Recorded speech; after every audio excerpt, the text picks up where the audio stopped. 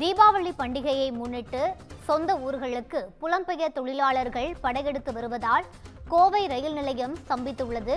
அந்த காட்சிகளை நாம் தற்போது பார்த்து வருகிறோம். கூடுதல் விவரங்களுக்காக எமது செய்தியாளர் ஞானசேகரன் இணைப்பில் இருக்கிறார். வணக்கம் ஞானசேகரன், விரிவான விவரங்களை பதிவு செய்யலாம். வணக்கம் ரூபி.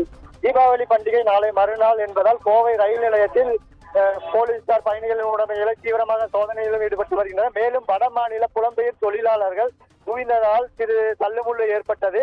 இதையடுத்து அங்கு கண்காணிப்பு பணியில் ஈடுபட்டிருந்த காவல்துறையினர் அவர்களை வரிசையில் நிறுத்தி ரயிலில் செல்ல அனுமதித்து வருகின்றனர்.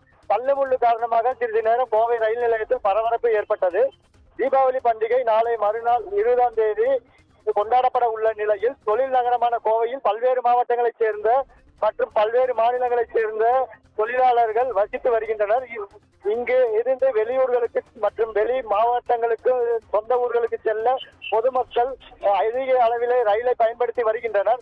இதனால் ரயில் நிலையத்தில் தற்பொழுது கூட்டம் குவிந்துள்ளதால் இது தள்ளுமுள்ளு ஏற்பட்டது.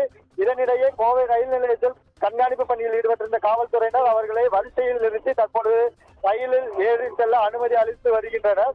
ரயில் நிலையத்தில் வரும் பயணிகளின் உடைமைகளும் சோதனைக்கு உட்படுத்தப்பட்டு வருகிறது. பட்டாசு உள்ளிட்ட தடை விதிக்கப்பட்ட பொருட்கள் கொண்டு செல்லப்படுகின்றன என்று காவல்துறையினர் சோதனை செய்து வருகின்றனர். தீபாவளி பண்டிகையை முன்னிட்டு கோவை பணியாற்றும் பீகார், ஜார்க்கண்ட், உத்தரப்பிரதேசம் உள்ளிட்ட வட மாநிலங்களைச் சேர்ந்த புலம்பெயர் தொழிலாளர்கள் தங்கள் சொந்த ஊர்களுக்கு செல்லுகின்றனர். ஒரே நேரத்தில் ஏராளமான புலம்பெயர் தொழிலாளர்கள் சொந்த ஊருக்கு செல்ல குவிந்தனர். கூடுதல் சிறப்பு ரயில்கள் இயக்க வேண்டும் என கோரிக்கையும் எழுந்து வருகிறது. விவரங்களை வழங்கியமைக்கு நன்றி ஞானசேகரன்.